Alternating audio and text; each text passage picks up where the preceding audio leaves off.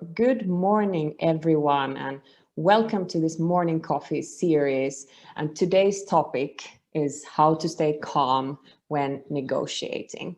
My name is Satu Ahlman. I'm the founder of Saga Performance, a performance and leadership coach and advisor. Together with me, I have Pavel Novak, my business partner, who is the expert in negotiation.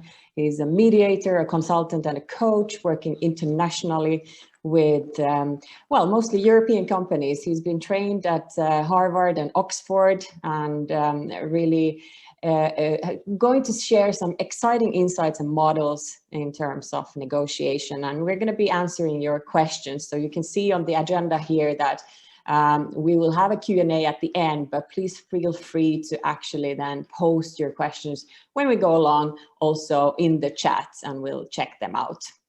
So let's get to it. Pavel, please go ahead. Welcome. Good morning, everyone. It's a pleasure to have such a crowd.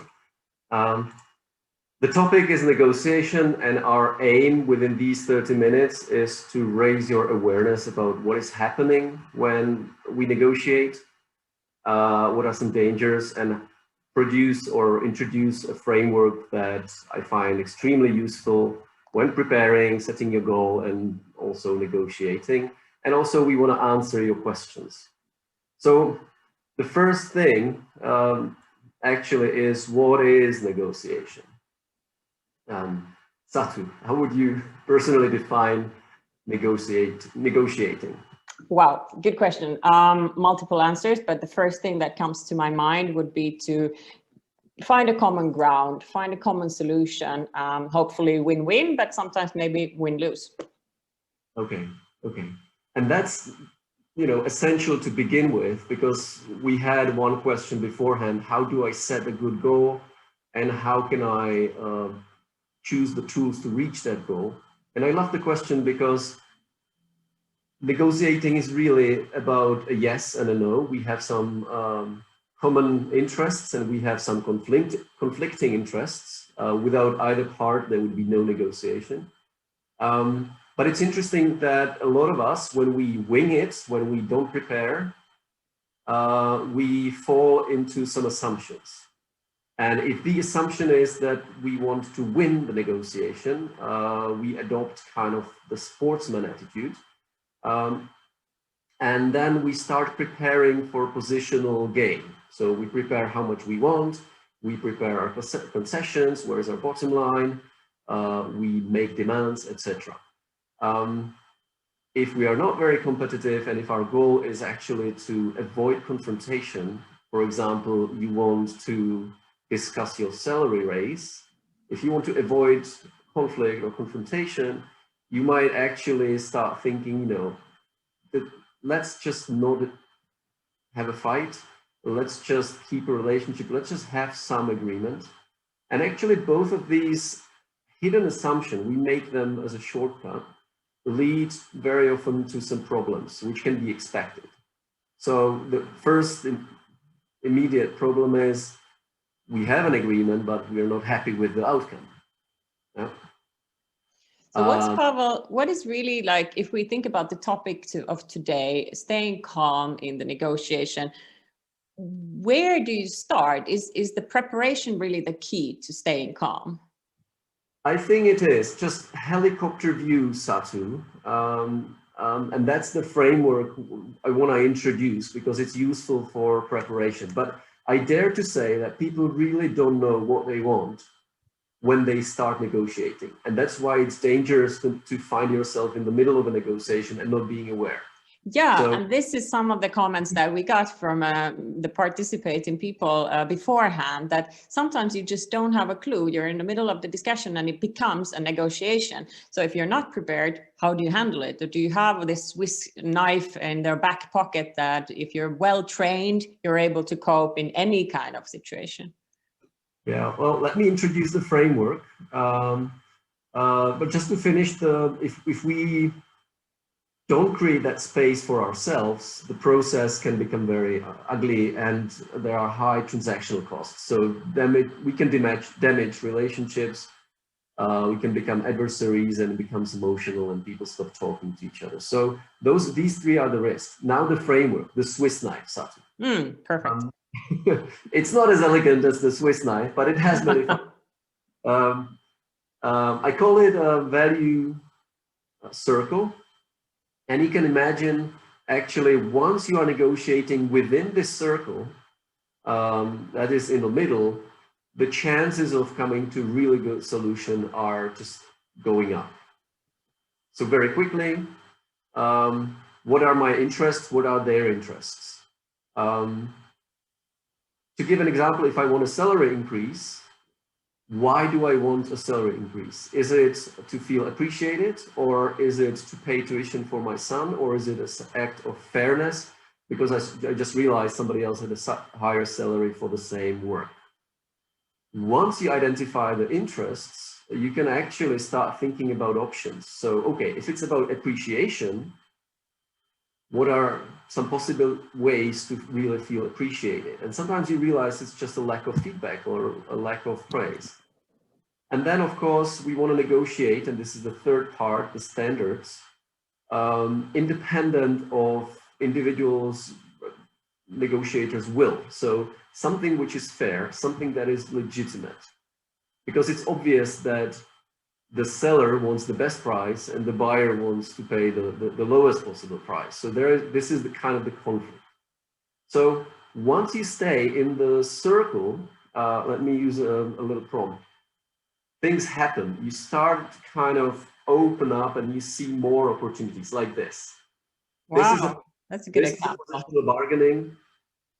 I want this, and you either give it to me or this is, hey, these are my interests, these are yours. What could be some ways to meet our interests? Now, it's not easy to enter that circle. That's why I say if you are stuck or if you're caught in the middle, it might be actually more difficult to get there. So just be aware that you can negotiate the process. You can say no, you can say, you know, if we want a good outcome, I need to think about it. Can we come back to it? So, Pavel, if I understand correctly, the actual negotiation starts before the negotiation actually starts. And you need to do that, both the homework of preparation, but also to, as you mentioned, negotiate the process before and clarify your alternatives, I believe, as well. Absolutely, because if you're prepared, you really know what are the key things you want to discuss. What are the priorities that matter to you?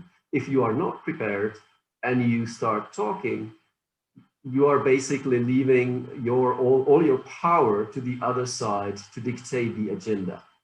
And of course, they can spend the time discussing marginary things, and the things that are really important, you can discover, on your way home. Oh my God, I should have done this, or I should have asked about that. So that's why it's dangerous to wing it. Just create the space to prepare. Yeah. And I think maybe when we were chatting about this, you gave a great example about that you can only negotiate with one person at a time. I think that was brilliant. Yes, it's about the mental capacity of our brain. And this is something, Satu, you are talking and writing about in your work, how the brain really has some limitations. So if you start negotiating with yourself while talking to the other person, you're basically disconnected, and it's a recipe for disaster. Right. Yeah.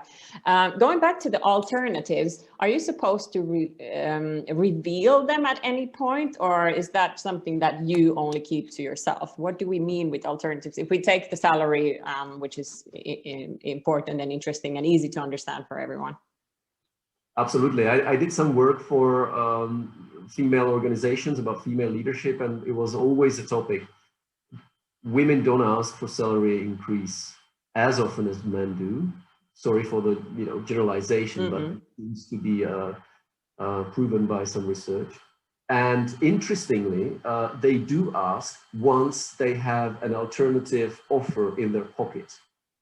So, as they say, it's much better to have a contract or a proposal from another employer in your pocket than to have a gun in your pocket, right? Because proposal gives you power. You've got sort of nothing to lose. You have a plan B. So it's like buying a house when you already have a house and you're okay with it. You would only buy a new house which is better. You would have some comparison. And that's the role of plan B, to have a kind of comparison. Now, to answer the other question, once you start talking about plan B, your alternatives, it feels threatening. So coming back to negotiating your salary, you shouldn't really say, hey, look, there are 3 other companies and I'm in contact with them right now. It doesn't really help you. It makes you look desperate, in fact, or bullish. Makes sense. Makes sense. Thank you. I don't know where you want to take us next, but I know that we have some questions from the participants, and a couple of them actually have been related to the timeline of the negotiation and the possibility of stalling a negotiation. So trying to delay the fact that we get to an agreement, and like, how do you reveal that, and how do you handle it, and how do you know when a person is actually trying to delay something, and what are the items, and yeah, how should you go about it? So many questions. True. Let me show the next slide. You know, it is about communication, Satu. So first of all, and I love that, how do you know? First of all, it can be an assumption. And if we are wired to think that negotiation is a contest with one winner, we might actually have assumptions which are not substantiated. So we have these enemy images. They're doing us this on purpose. I would advise to kind of challenge our own assumptions first. Second, if you really see that this is happening, it's good to actually, again, looking at this Swiss knife, look at what kind of commitment are we having. So imagine you're running a race and there's this finish line, and you only run to stop running at the finish line. It would be stupid, right? You run as fast as you can, past the finish line. And very often, this is what negotiation is about in business to business. You don't negotiate to have the deal, you negotiate and you need some cooperation. Why am I saying this? Is you might actually make your partner aware that there is some future. It's not just a question of signing the contract, but you would probably have to be dealing together with each other. And negotiation is the first good example of what the relationship will look like. So you could actually ask, okay, we could play the game like this. The fear is that it will not be a very efficient process. And finally, Satu, to answer your question, if you really feel and you know the other person is taking advantage, spend the time finding alternatives where the negotiating party is negotiating on a good faith. So sometimes that happens. I had a client who was negotiating with a hard bargainer, and once the closing time was coming in, the partner made it harder to be reached, hoping that it would give him or her a benefit. So the client immediately started dealing with another vendor, another partner. And you bet it changed the behavior of the initial kind of tough player. So a lot of things can be done. And you could also, you know, looking back on the interests, you could also remind them of the shared interests that you have. So get a common yes in the middle of the process, so to speak. Exactly. You know, the time is where you have a conflict of interest, maybe, but it's clear that both parties want the deal. And the question is whether they want a good deal or some deal that will become sour at a later stage. I hope I'm interesting. Definitely. I was wondering, a lot of people like to talk about tactics, and there's also discussion about, should I be a soft negotiator and try to always find the common ground, or should I start using tactics and maybe become a rougher negotiator? Of course, there are cultural differences that play a role as well, and personalities and all that. But how do you handle that and still be able to stay calm? Let's take one example. If you have a person who you identify is using a lot of tactics or using tough tactics like anger or pushing you and cornering you, and you are not that type of a person personality-wise. So how does one stay calm and handle it? A great question. In terms of, if you are kind of the person who looks for harmony and balance, and you're dealing with a bully, sort of, it will be hard. So it will probably require some preparation. But on the other hand, why is anybody pushing you? It's because they want the deal so much. Yeah.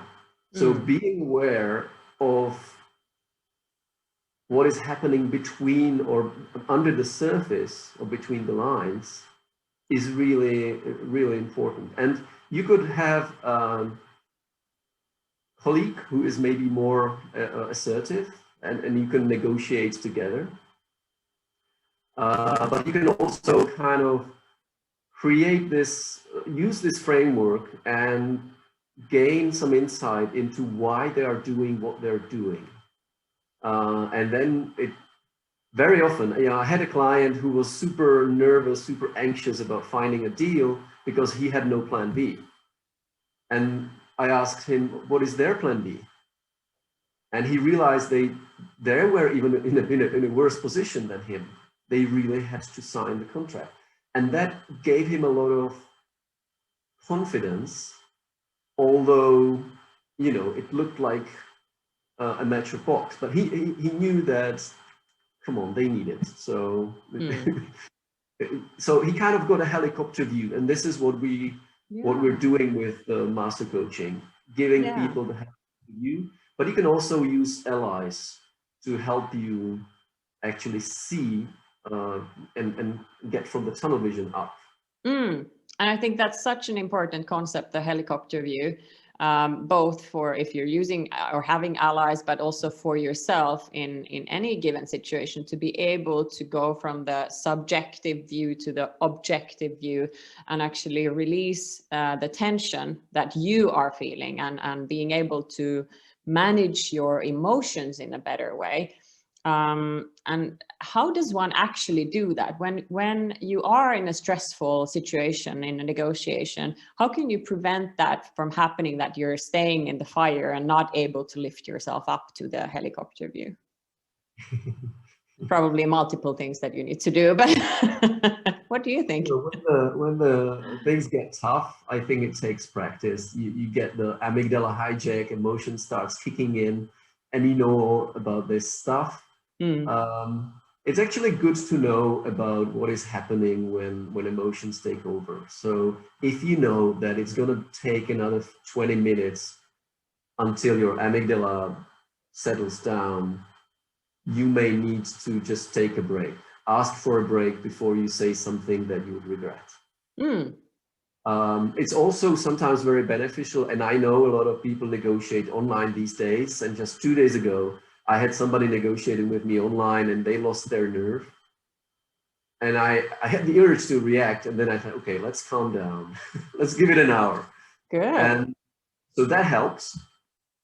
If you are in the middle and you cannot really take a break, looking at the first two things, relationship, it really pays off to start sending positive messages to the other party and building on the shared interests. Because you're tricking your amygdala that way. If you force yourself to think positively about, okay, why do we want to make the deal? And the second thing, and you might not be always aware and be able to do that, execute that, but it's focusing on them. Because if they are pushy, if they scream and shout, and if they threat of escalating, probably they are in a tough situation. probably they are really under a lot of pressure. One thing to be aware, Satu, and that really comes with some practice, is that if you reward bad behavior, you get more of it. So if you actually give in to the pressure, you have just created a pattern which is not very healthy. You create a monster in the negotiation. Yeah, it's the same with kids. It's the same with your team. You know, if they complain and you give in, guess what they will do next time they want something? They will complain. Yeah, yeah. So knowing these boundaries can kind of allow you to stay on top of things. And I know it sounds simple in theory and sometimes much harder when we are in the middle of something that is dear to us. But it's a question of practice. It's like lifting weights or driving. like with everything. Yeah, definitely. Repetition, it will pay off, and the preparation will pay off. And then, as I like the way you put it, also knowing yourself will help. So the more you understand about how you typically react to stress, and that you also understand the science, physiological stuff that is happening behind the stress, will make it easier for you to actually handle it in a more objective way. And this is part of, I know, Pavel, that our collaboration in the master coaching programs that we like to do with our clients. So great insight. Yeah, well, just, if you want to stay in the circle, if you want to control, if you can control your thoughts to stay in the circle rather than, reacting, they are bullish. Keep asking, what are their interests? What are my options? How can we show them this is not legitimate? Or how can we install legitimacy? What principles would they subscribe to? Great. I know that we only have, I think, 8 minutes left at the moment, and I know we also want to take in some questions.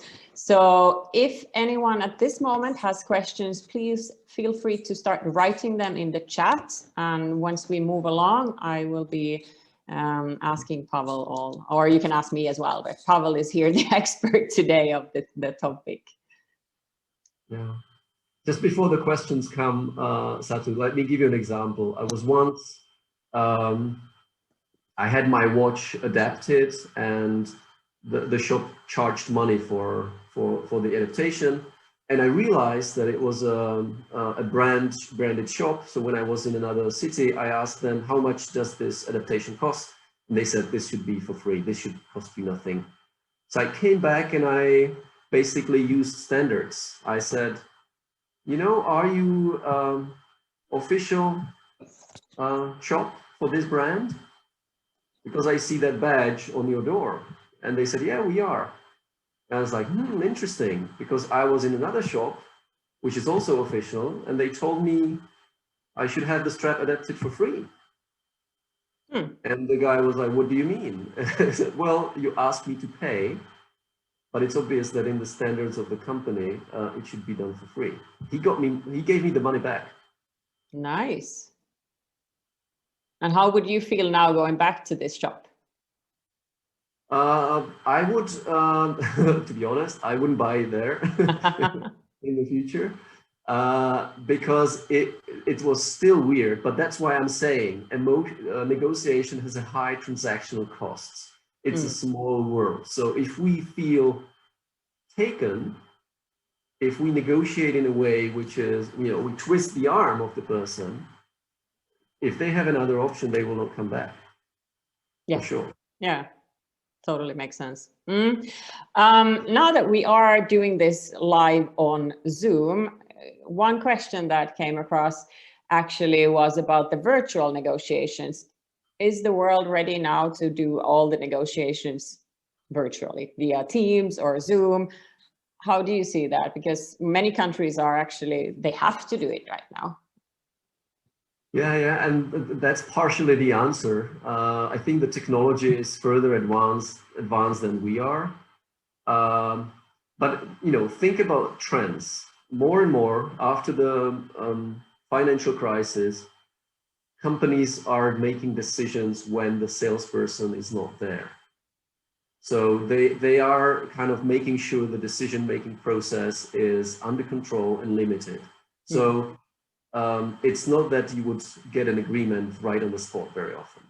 So that's one thing. Second thing, just imagine your personal life when you shop, how much information we have, how much we are willing to buy online these days, and how often we are checking the price on various places before we buy.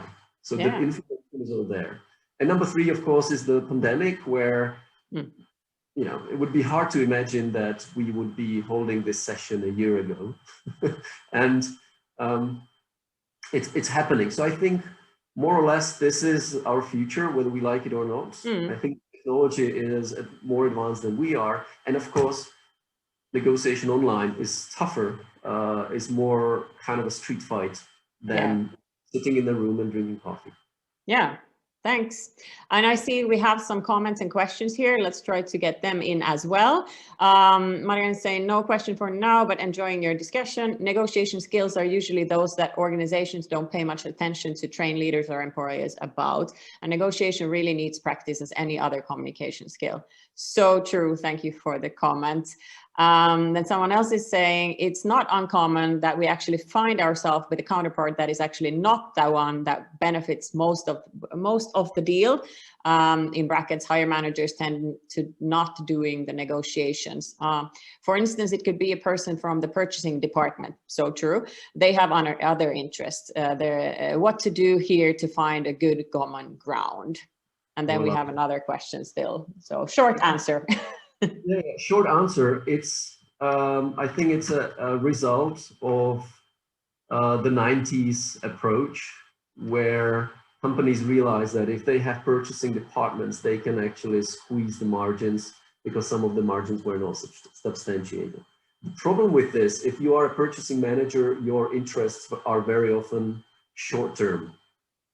I even know a company which has 2 purchasing departments and they compete versus against each other to survive. So this is a cutthroat mentality, and of course it works short term. Long term, it is causing problems. So I think it's an internal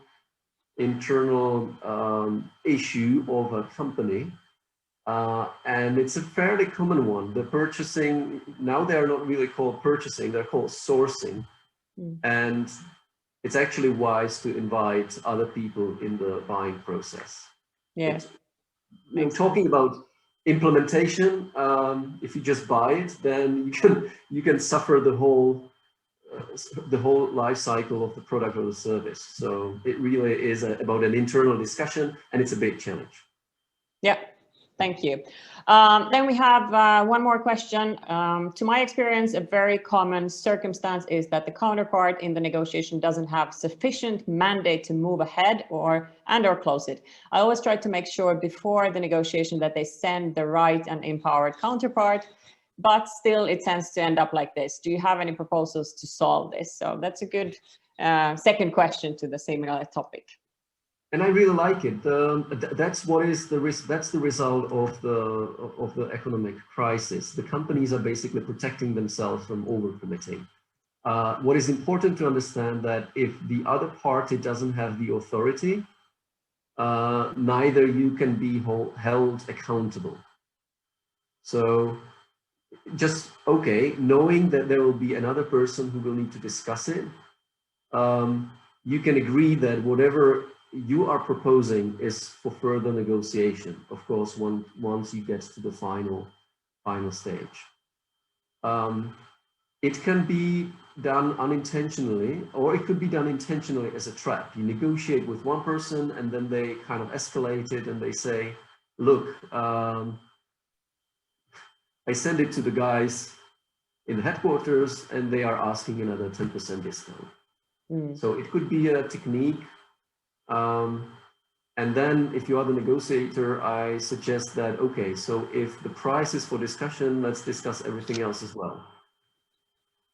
Good. I I hope this is clear, at least a bit. Well, I think we could spend at least another half an hour discussing all this, and there's definitely more questions to answer.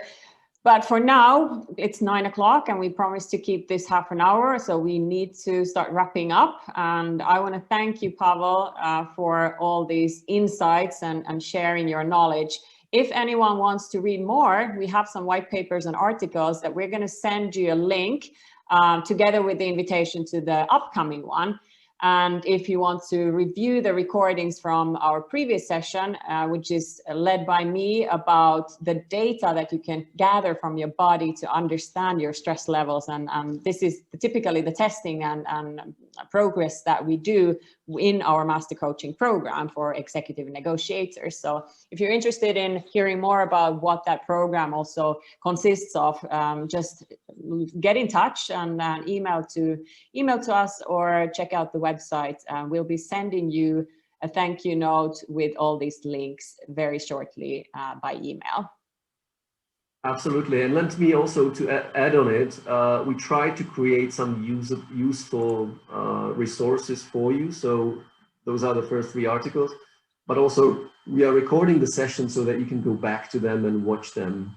And what Satu was talking about, the rhythm, if you see the green and red graph in the middle of the page, I think that's a fascinating tool for a negotiator to really keep your cool and to keep your helicopter view in the middle of the fire. So I think all these things combine nicely. Invitation for next time, maybe it's my turn now. We run these sessions so that we switch. So next time it's Satu being the speaker and me being the host.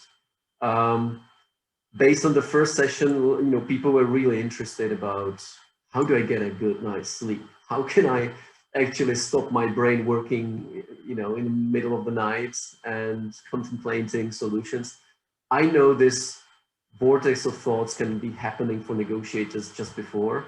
So I think having a good night's sleep or having a healthy routine is something that every negotiator or high performer can benefit from. So it's October the 19th. Actually, it's November the 19th, right? Exactly, it's November. We're stuck in October. That has happened before. So we try to ignore November from happening, but it is 19th of November, 8:30, same time, 30 minutes, efficient talking and getting your questions in. So thank you, everyone. And thank you, Pavel, and have a great day ahead.